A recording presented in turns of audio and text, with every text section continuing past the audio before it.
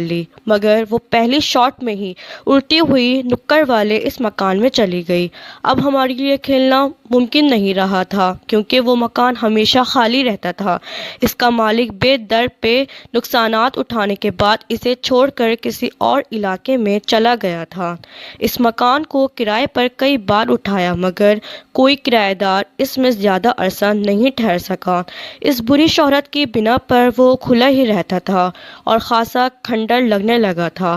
Shuttle کاک ہم نے وہاں جاتے دیکھا تھا مگر ہمیں یہ حیرانی تھی کہ وہ دونوں کچھ اس انداز سے اڑتی ہوئی اس انداز سے طرف گئی تھیں جیسے کسی تیز ہوا کے جھونکے نے انہیں جکڑ لیا ہو۔